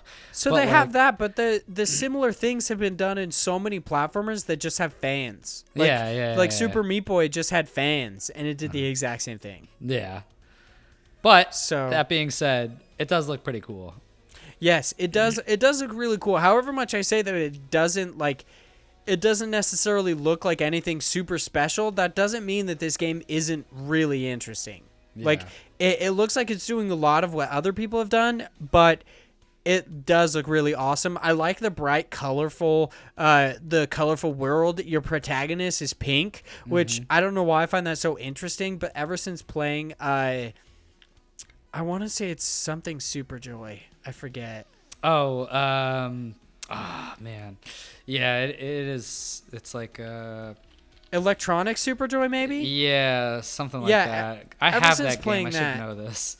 I have it too. It's a seizure waiting to happen. That game is... Yeah, for sure. It's super fun, and it makes me hate myself because the platforming's really hard, but damn. It's like... It's a lot of flashing. I'm going to tell you that right now. To get Lazr, the actual game, you have to pay $15, but... Looking at this does look really, really cool. If you guys are fans of platformers, definitely come and check it out. Lazr is a skill-based, physics-enhanced cyberpunk platformer whose gameplay is emphasized sharply by its dynamic claw simulations. The setting draws inspiration from such sources as Akira, Judge Dredd, Ghost in the Shell, Blade Runner. And Blade Runner. You play as Lazr, a fusion-powered killer android who finds themselves in... Interesting. Yeah. Well, that's plural. What? It could be multiple people. You know. I guess. I don't know everything about this game, so maybe. They find themselves in a new world, dangerous future metropolis called Alpha City 1. I will say, I guess the cloth thing is kind of cool because when you interact with it, the physics do some interesting stuff with the cloth kind of moves. Yeah. So Like I guess how this is going up those ladders, it's like freaking out when you jump on one. yeah, it actually moves. This kind of like reminds me of that game Noita, which is like the physical, yeah, the physics-based one where every pixel is actually rendered. So they all have like physics into it. The only thing that I'm like I really want to know more about is does the physics like do they affect other platforms within the game or just cloth? Like just the cloth sections? It's weird that they focus so much on that cloth-based part. And I guess each level will probably have something that's cloth-based, I suppose, so that it makes more sense that like that physics element is really emphasized, So heavily featured. Yeah. So I don't know how much that's going to be in each one of the levels. I would assume they're going to do something like that because like otherwise why would that be your biggest like point of, interest? Yeah, it is kind of weird. I do like this has something that a lot of platformers don't, which is like kind of this upgrade system that allows you to choose a different way to play. Yeah. So they're called the shell mods, which I don't know exactly how you get them in game, but you could change thing like you can change it to where you have less health, but you're seemingly I'm guessing lighter. You like shoot lasers faster or slower, but they do more damage or less damage, like fully automatic or not. That is really cool. I think that's awesome because upgrades are always really nice because they give you like kind of this sense of progression and that you get to play the game you want to instead of like playing the game that's made for you, which I guess is a little weird way to say that, but yeah, you don't feel shoehorned into, oh, I just have to, be better or I'm not good at this game. There might be power-ups that fit your style of playing a game that you're better with than, like maybe if you're able to jump around and be lighter in the game, you can avoid more attacks and you don't mind being as, glass cannony because you're able to dodge better, or maybe you don't want that and you want to have more health and be a little bit slower and more meticulous with platforming based on whatever power-ups they might have. So there's like different ways to make it so it feels more personalized to how you want to play a game as opposed to just what is there for you. Yeah. This game looks really interesting. If you guys are fans of platformers, make sure you check it out. I really like the colors. I think those are cool. I think it's weird that on this Kickstarter they so heavily emphasize the different like areas, but they just seem to be like, of course they're different, but they just seem to be like different colors. Yeah. I don't know. I mean, granted, this is first starting off, so some things will probably change with that. But yeah, it is interesting the way they're trying to emphasize here's this different shade of this color. Yeah. It is also really cool that seemingly it's designed for speed running. At least it's what they say. That's honestly one of my favorite parts about this because even if like I'm not into this game, this looks like it could be cool to watch, and I'd love to see like a GDQ version of this game being speed run. Yeah, I do think it'd be really cool to not only just watch people's like skill in this game, but also see if they could break it and how they do that. Oh yeah, for sure. That's pretty much all I have to say about this one. I'd recommend people check it out. Obviously, I've said it like 3 times now. It looks cool. I think it does deserve to succeed, especially because they're planning for it to come to PS Vita, which is so weird. I thought that was really strange that we just had that conversation like last week about like about Twin Breaker. Yeah, they only have so many limited cartridges and whatnot, and it's like, nope, we're making it for the Vita. Yeah, this is really cool. Is there any last like sentiments you wanted to talk about with this game? The only thing I would say is like if any of this does sound interesting to actually get your foot in the door and actually get something, it is a $15 minimum to get your copy of this on any platform that you want that they're going to release to. So it's it's pretty standard, but it does look like a fun platformer. So if any of this is interesting, throw them the $15. They could use it to try and get to that 10,000 goal and actually be backed. I think that's really it. Awesome. So it's time for us to move on to our random questions. We've got In a sense, 3, but definitely more when you really think about it. We have 3 people who have asked, but there's multiple questions. Our first random question, set of questions, I guess, comes from Josh Nichols, friend of the show from That Their Active Quest. Thanks for writing in, Josh. You amazing. Beautiful as always. I can just see you through the internet, you know. He writes in, and his first question is, what's your favorite Miyazaki movie? That's an interesting one. I don't watch a lot of Miyazaki movies, but I have watched a couple. Princess Mononoke, Spirited Away, you know, some of the main, like, more popular ones. I really like Princess Mononoke. It's just Same, dude. Yeah. So good. It's a good movie.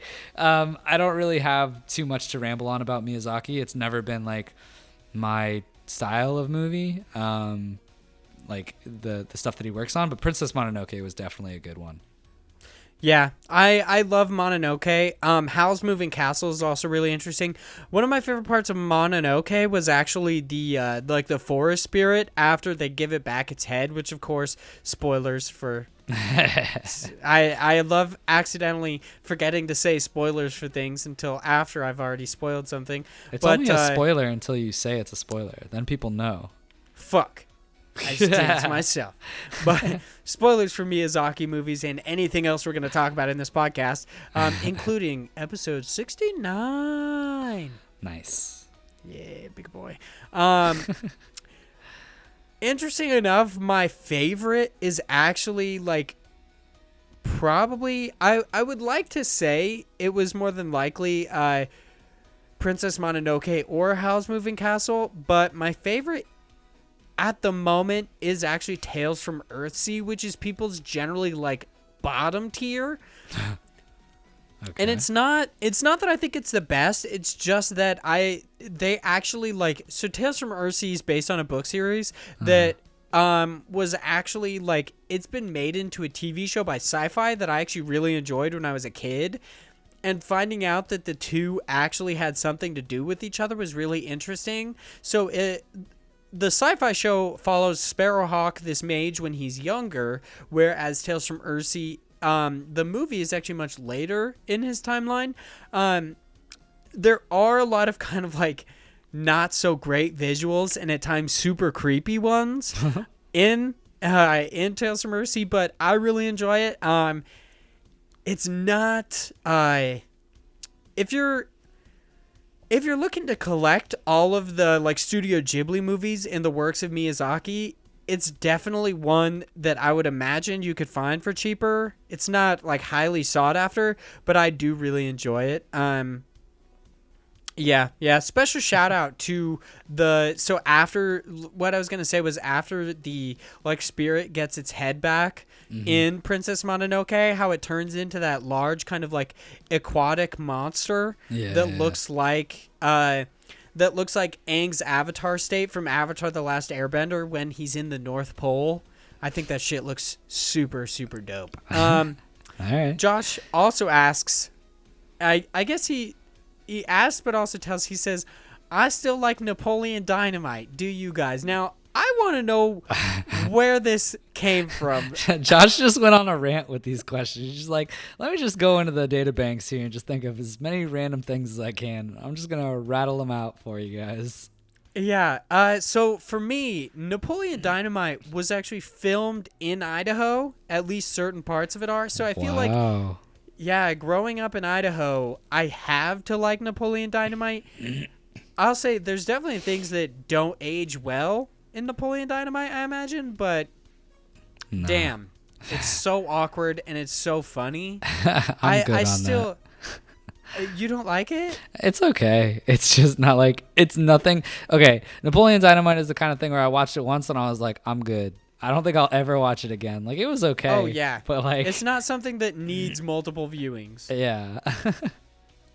Yeah, I don't need multiple viewings of Napoleon's weird-ass dance at the talent show, or, like, seeing the vote for Pedro signs, or stuff like that. Watching him kick the volleyball. No, it's not even a volleyball. It's a fucking tetherball. Yeah. Which is so much more lazy. I remember playing tetherball when I was in school, and you're just like, what's the point of this?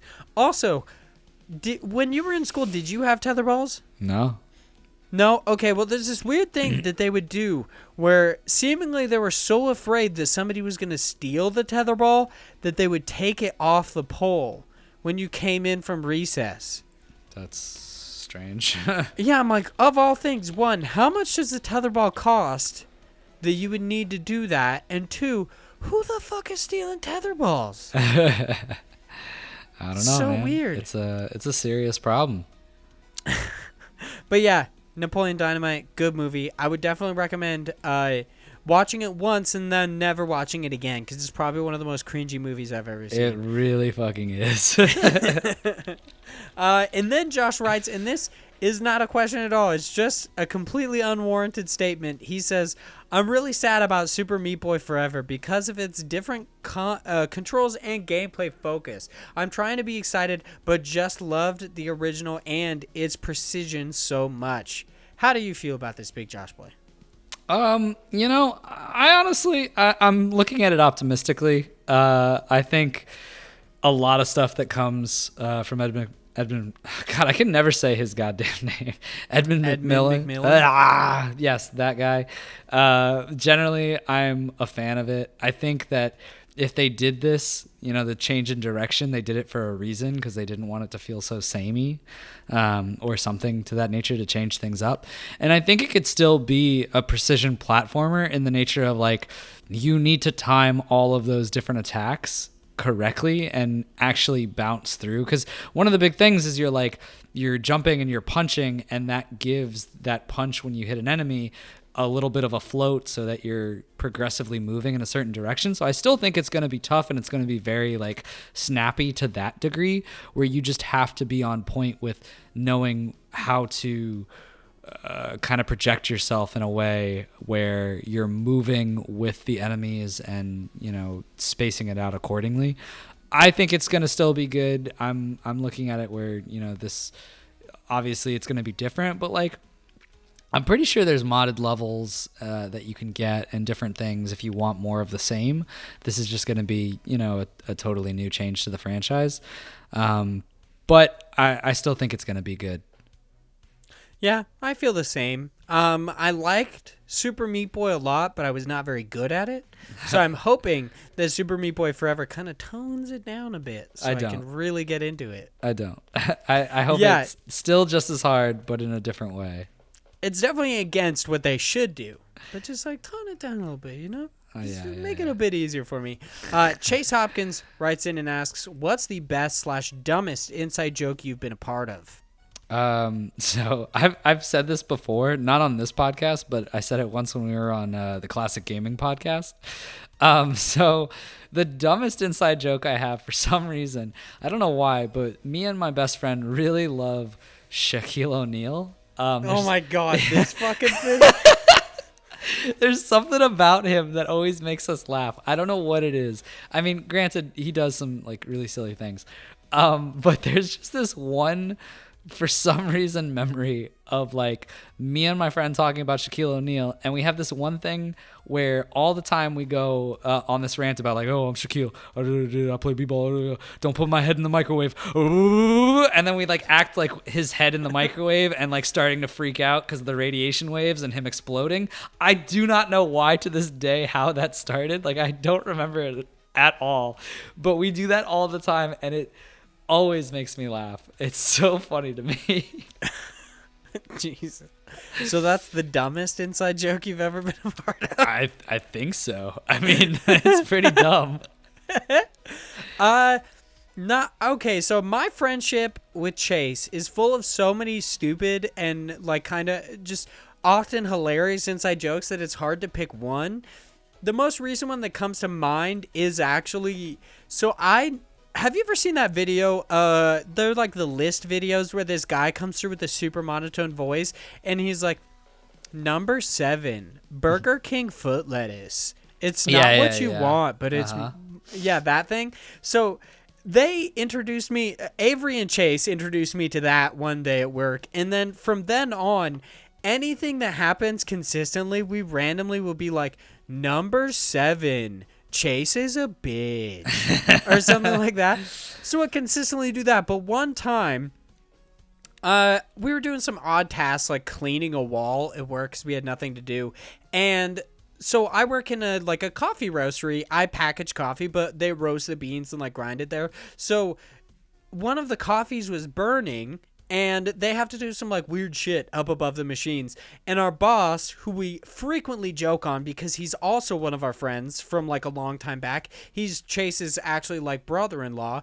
We goof on him all the time. So he fell and like hurt his leg or like hurt his arm or something. So that entire week he kept saying that his arm hurt just randomly. Like he's that kind of guy who like gets hurt like on Monday and then Friday is still bitching about it. Like every day you hear about it, you're like, I get it. Your fucking arm hurts. Stop telling me about it. So instead of being assholes like that, we were instead assholes like every time he'd say it or he'd say he couldn't do something, we'd be like, number 7, my leg still hurts. And this was like a year ago, and we still say that to each other. I love jokes like that. So that's at least the most recent dumb inside joke that I've been a part of. With Chase, there's just so many that I often forget them. He's gonna listen to this and be like, "Oh my god, I can't believe you didn't say this one or this one," because there's just too many at this point. Oh, okay, here's another one. Actually, now that I think about it, there's this local like Mexican food restaurant that has abysmal service. It's literally the fucking worst. Actually, I don't even think it's local. It might actually be more than that. It's called Los Betos. It might be a chain. There's multiple in our like area. So I guess in a way it's a chain, even if it's not outside of Idaho. But we're eating there one day on lunch at work, and I went on this rant about these fucking stupid ass like toys that you could get. And because we were talking about how we were goofing on one of our friends and saying that he's not going to work. Instead, he just comes and hangs out at Los Betos all the time. And I was like, but if every time he came to Los Betos, he just brought a quarter and he invested those quarter in those swap bots over there, which are just knockoff Transformer toys. I was like, he would be rich. That he could corner the market on swap bots. He'd sell them at a massive, like profit. He'd be rich in days. Like all he needs is swap bots. Millions of dollars in swap bots. So now just like randomly whenever we'll be talking about money or like wanting to do something, it's guaranteed that we will be like, dude, you know what you should do? And people would be like talking us seriously. They're like, I'm thinking I might want to invest in this business. I think I might want to open my own like company or whatever. We'll be like, you know what you should do? Invest your money in swap bots, okay? This is an emerging market that nobody has been taken a part of. And then eventually it was kind of this depressing moment where we went to Los Betos and they replaced the swap bots with like little aliens or some bullshit. No. And we're like, we missed out. We could have made millions. You fools. You've fallen for one of those classic blunders. That's also something that we've recently started saying to each other a lot because of the meme that has been going around recently. So, yeah, a bunch of stupid-ass jokes that have gone on. Our last questions, in a way, come by Samuel Fillion. He or they, we were talking about this before. I don't actually know whether or not Samuel is a male or female. So they write in and say, I might be too late, which you are not. We record these a little bit later in the day, so you've got a good couple hours when I send out those tweets. But writes in and says, I might be too late, but what's your biggest geeky dream? I would personally love to spend a day in a life-size model of the Normandy spaceship from Mass Effect or Ass Effect, if this was still episode 69.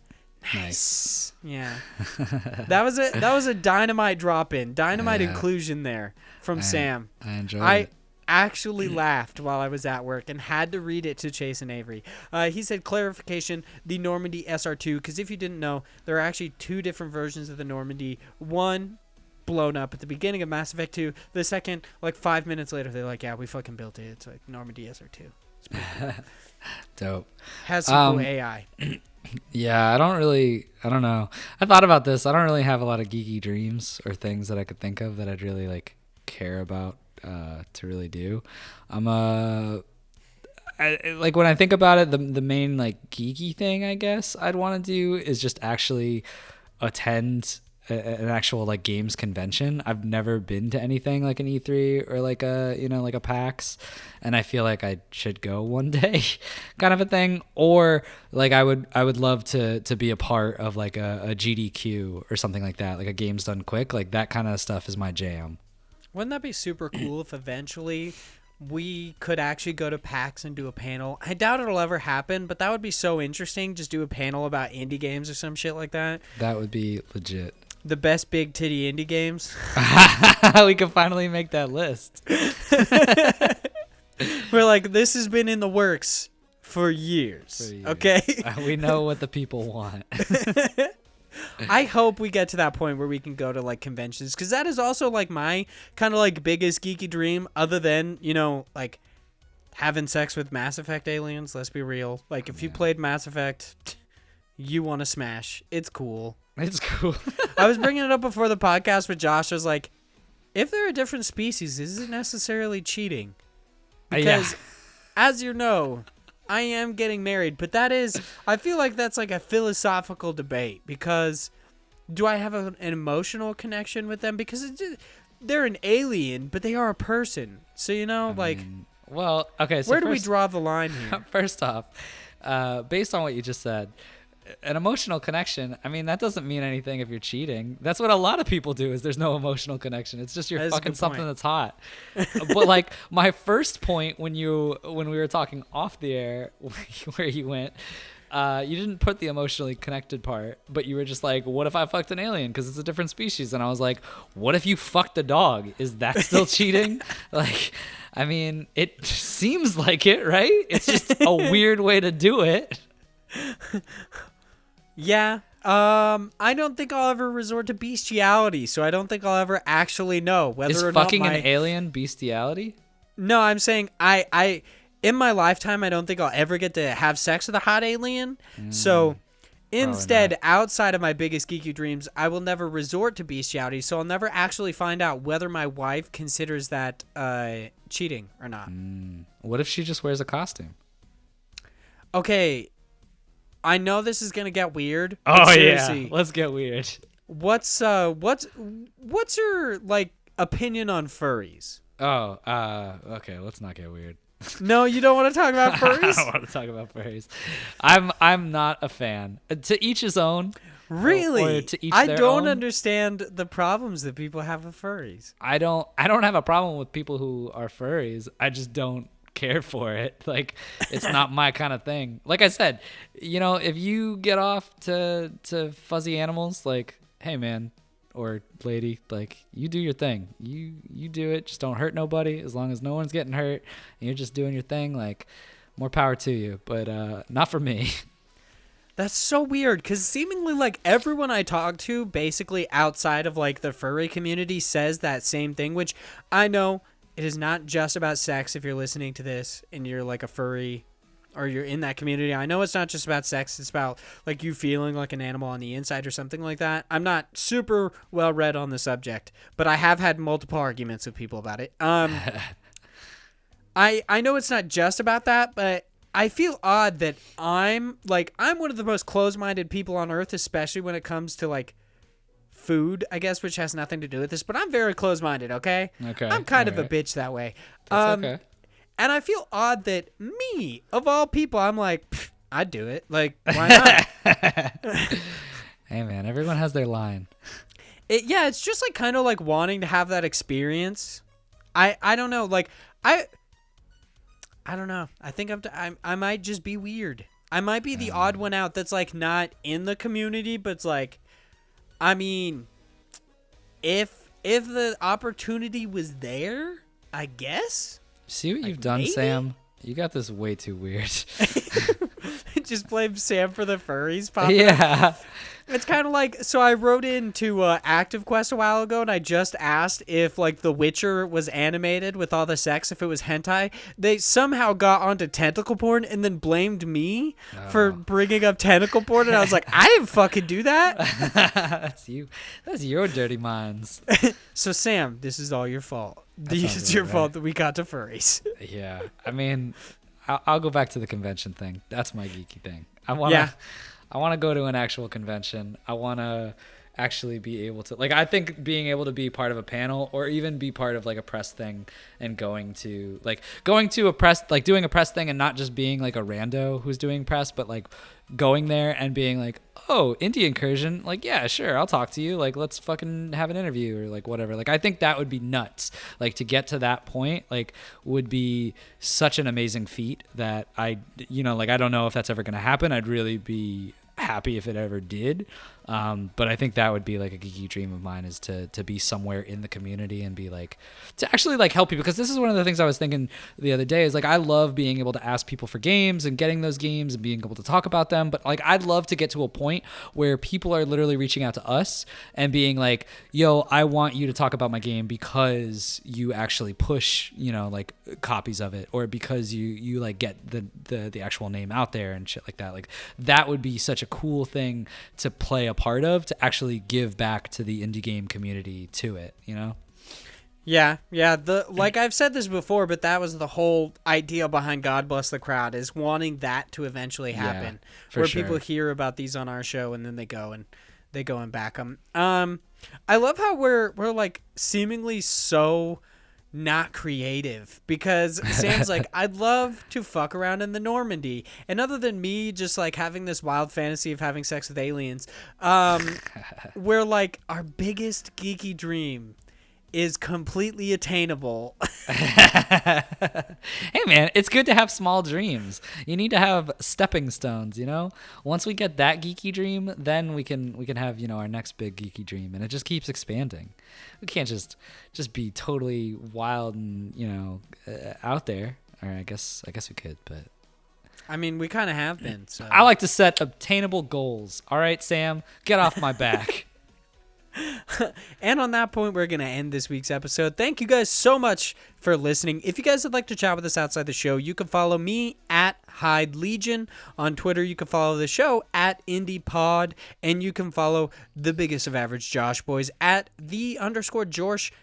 You can also email us your questions or email us about your games if you would like to. That's indieincursionpodcast@gmail.com. Hit us up there. We could check out your games. We could just chat. We could do whatever. Doesn't really matter.